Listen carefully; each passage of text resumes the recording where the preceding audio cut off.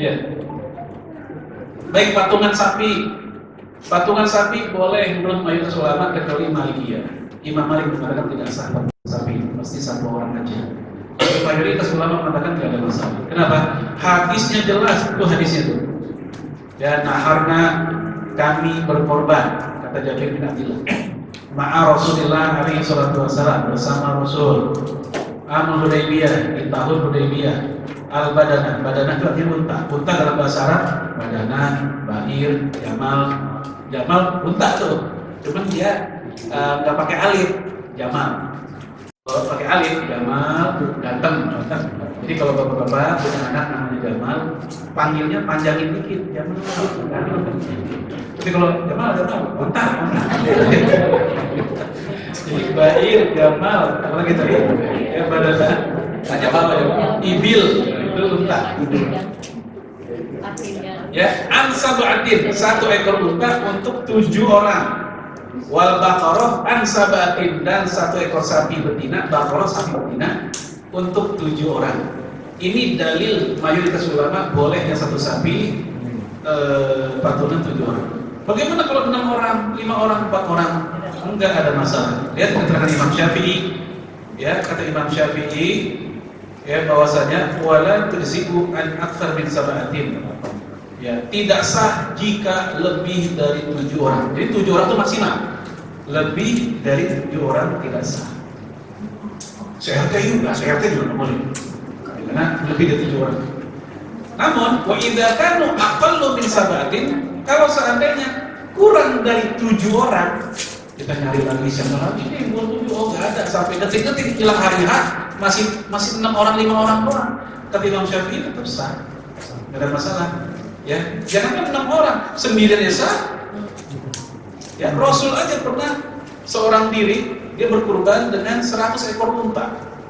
Dalam hadis sahih riwayat Imam Ahmad dalam kitab Musnad 100 ekor, dan dia potong sendiri sampai ke 63 unta. Sisanya Ali bin Abi Thalib yang menerusin. Maka kisah ini menunjukkan 2 hal, Bapak Ibu. Pertama, Rasul berduit, ya kan? Ya 100 unta berapa M? Kalau 1 unta 20 juta kali 100, 2 M. Yang kedua, Rasul fisiknya kuat, 63 sendirian. Lah kita unta 1 berlima, lepas lagi tuh. Itu kadang satunya kabur juga. Baik. Kemudian ajza'at anhum. Nah, walaupun kurang dari 7 orang, ajza'at anhum artinya sah bagi mereka, bahwa mutatawwi'una bil qadar, dan mereka pun tetap mendapatkan keutamaan dari kurban tersebut. Jadi untuk satu sah. Nah, yang jadi masalah yang udah berpuluh-puluh tahun di Indonesia terjadi, padahal dia tidak sesuai SOP kurban, yaitu patungan kurban kambing. Di sekolah anak-anak kita kan dikirimkan surat dan edaran kurban masa anak minimal gocap seragam kan gitu. Sekelas kekumpul dah 3 juta atas nama rame-rame. Ternyata menurut ijma tidak sah. Bukan khilafiyah ini, tapi ijma, sepakat semuanya. Baik, kita lihat. Wa ajma'u ala anna syarta la yajuz al-ishtirak fiha. Para ulama telah ijma, telah konsensus bahwa yang namanya kambing la yajuz, tidak boleh al-ishtirak, patungan fiha. Terus gimana dong? Udah terlanjur kita. Baik, kita kasih jalan keluar. Jadi kalau udah terlanjur karena udah jadi budaya, dan itu budaya yang bagus sebenarnya buat mendidik anak-anak kita berkorban. Kasih aja Ustaz. Maka nanti ngapain? Sedekahin. Ya, dikasih ke salah satu misalnya guru atau penjaga sekolah, sehingga itu menjadi milik. Kalau udah jadi milik, maka dia bebas korban atas nama diri dan keluarganya. Sementara si anak-anak dapat pahalanya nggak? Tetap dapat, karena mereka menjadi fasilitator orang lain berkorban. Itu jalan tengah atau solusi dari larangan patungan korban yang mudah menjadi kebiasaan ini. Baik. Dan bagi saya kebiasaan itu jangan dihapusin juga. Tetap aja apa-apa. Nanti setelah udah terkumpulkan, dihadiahkan ke salah satu orang, lalu dia berkorban atas keluarganya atau baik. Kemudian dibagiin matang atau mentah. Ini amrun wasi. Apa amrun wasi? Perkara yang lapang dan luas. Ya. Kalau panitia nggak capek, silakan dimatangin dulu. Kalau capek ya udah mentah aja. Ketika zaman Umar bin Abdul Aziz menjadi khalifah, itu kan makmur banget dunia Islam. Itu kambing kurban tuh potongannya banyak, dan orang Islam udah lapar gitu, apa tuh orang sini bilang ya, belum ada daging mulu gitu. Akhirnya oleh Umar bin Abdul Aziz dikirim ke Ethiopia. Sementara pusat pemerintahan di Baghdad. Dari Baghdad ke Ethiopia butuh waktu berapa lama? Si cepat belum ada menjadi. Itu membutuhkan waktu berbulan. Berarti apa? Ada teknologi itu zaman dulu, udah ada teknologinya untuk mengawetkan daging tersebut. Ya, gimana caranya? Ya, sebagian sejarawan mengatakan menjadi sosis. Sosis bukan budaya Barat, sosis itu budaya Islam sebenarnya. Orang Islam doang yang nemuin, yang bikin. Termasuk sekarang pun banyak kan lembaga-lembaga kemanusiaan yang juga ngadain kurban dalam bentuk kalengan pun. Ya, itu beda-beda negara. Kita pas kita baca, ini Emirat Arab sampai ke Depok. Gitu. Itu butuh berbulan-bulan. Maka mau matang mau mentah itu lapang aja. Wal amru fi tawsi'iha madbukha atau ghairu madbukha wasi'un. Urusan masalah distribusi dalam keadaan matang atau mentah wasi'un, itu urusan yang lapang, yang luas. Ya. Nah, cuman ada kebiasaan di masyarakat kita, sebagian sih, nggak semua. Sebagian panitia siang-siang udah makan dari hewan potongan kurban itu. Ibu-ibu udah masakin, ya untuk ya bapak-bapak capek gitu kan. Hal ini ada sisi kontroversinya, yaitu ketika itu menjadi bahan gunjingan. Kalau nggak digunjingin silahkan. Ya, kenapa? Karena panitia itu termasuk yang mendapatkan hak juga. Karena kurban itu hakul jami, hak seluruh umat Islam. Beda sama zakat, ada orang-orang tertentunya kalau zakat. Kalau kurban mah siapa? Mau kaya, mau miskin, mau yang panitia, mau bukan, berhak. Termasuk panitia yang lagi pada potong-potong berhak. Matang, ini udah kita bahas, mau matang mau mentah juga silahkan. Cuma yang jadi masalah ketika dia lagi makan, masyarakat mau duit kayak mau minat banget, udah makan kita masih ada kupon. Jadi bahan gunjingan, jadi bahan omongan, ini menjadi pertimbangan. Jadi bukan masalah fikihnya, tapi masalah kira-kira enak gak ya kalau kita udah makan, kita orang ngomongin. Jadi kalau dalam masalah fikih Bapak Ibu, kadang kita nggak boleh kaku juga.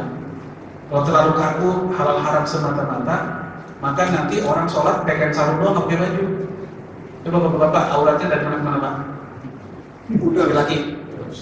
Usah sama? Udah paham. Dengkul kan ya? Dengkul ya. Pas sholat begitu doang.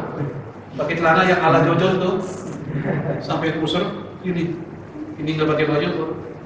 Kalau semata-mata fikih sah nggak dia? Sah ya. Tapi enak nggak ngeliatnya? Sholat begitu. Apa alasannya? Lagi gerah. Kalau kata ibu enak. Nggak etis ya. Ya sama kayak misalnya, ya walaupun batasan aurat laki dari sini, tetap aja kita pakai yang panjang, nah gitu. Jadi jangan fikih jangan aku juga. Nah sama kayak tadi. Kalaupun secara fikih katanya luas, namun itu jadi bahan gunjingan yang kita harus kejar. Kurban ke daerah lain banyak tuh, tembak kurban Nusantara. Dan kita pun kadang tergoda juga, ya. Masalah kurban di daerah lain dia sama seperti zakat di daerah lain.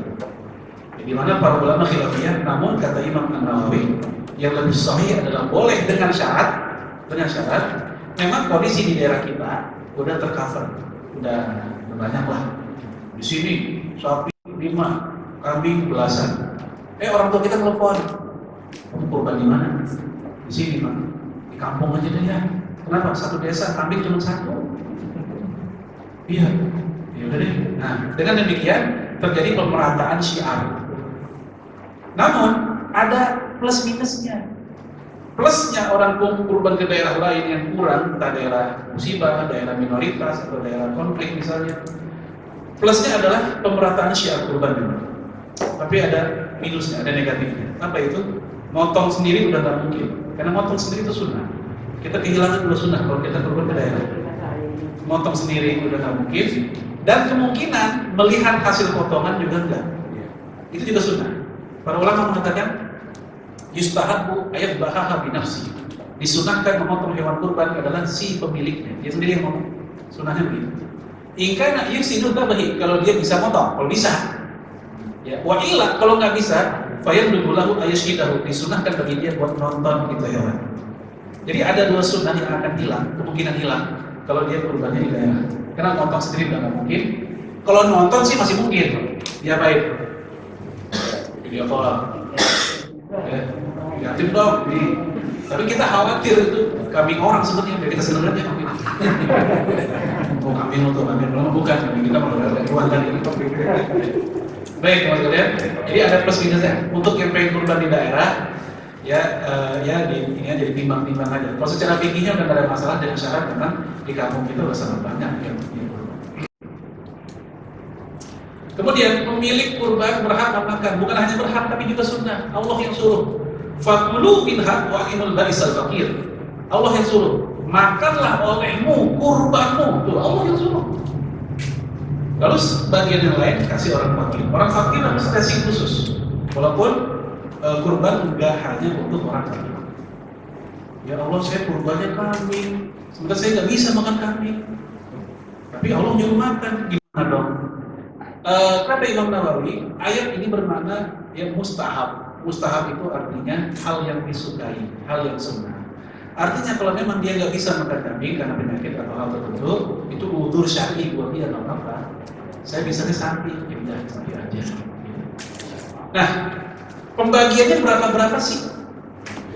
Tidak ada hadis secara khusus dari Rasul alaihi salatu wasallam yang menentukan tentang berapa bagian.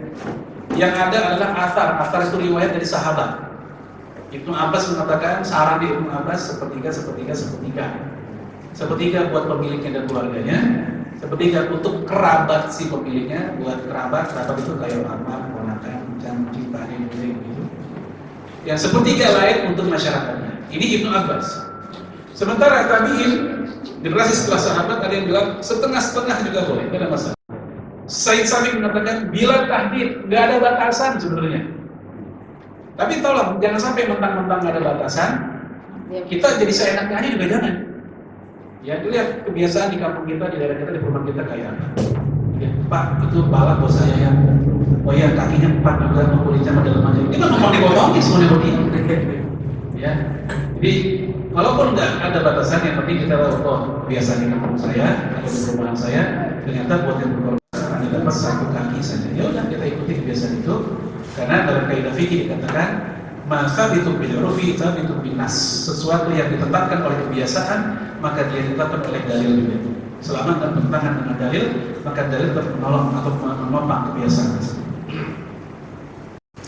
Baik kita lanjut. Kurban atas nama orang yang sudah meninggal.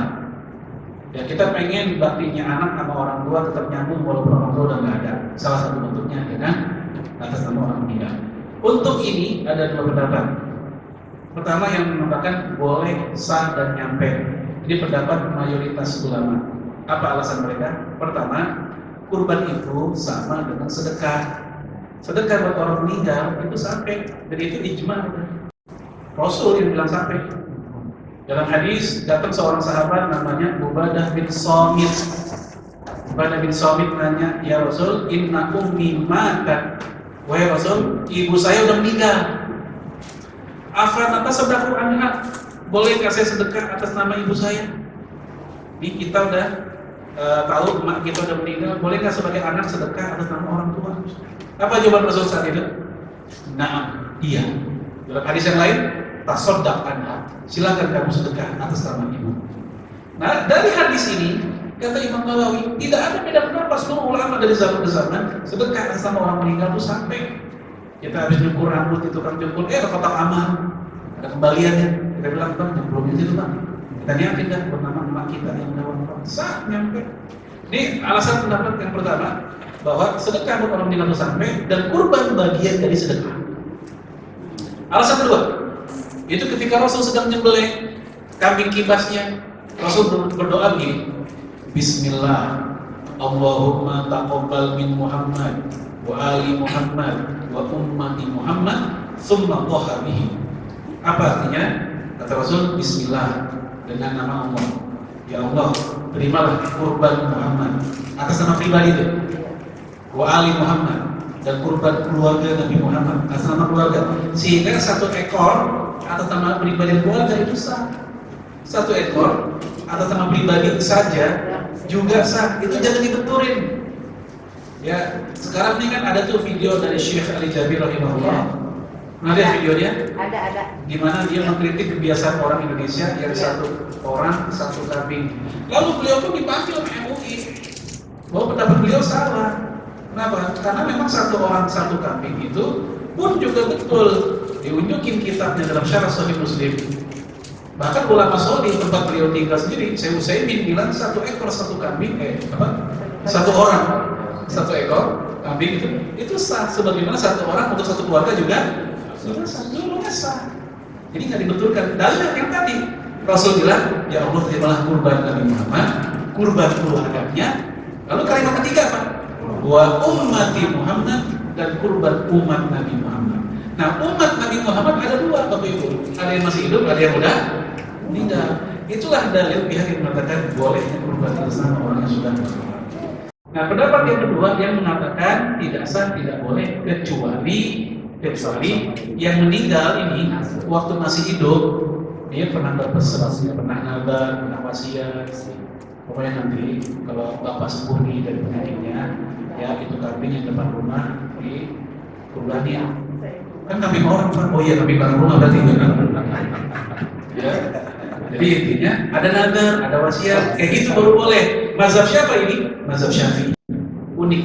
Mazhab Syafi'i yang di Indonesia menjadi mainstream justru mengatakan tidak sah kurban sesama orang yang wafat kecuali si mayit sebelumnya berpesan dulu. Enggak semata-mata inisiatif si kitanya, ahli warisnya.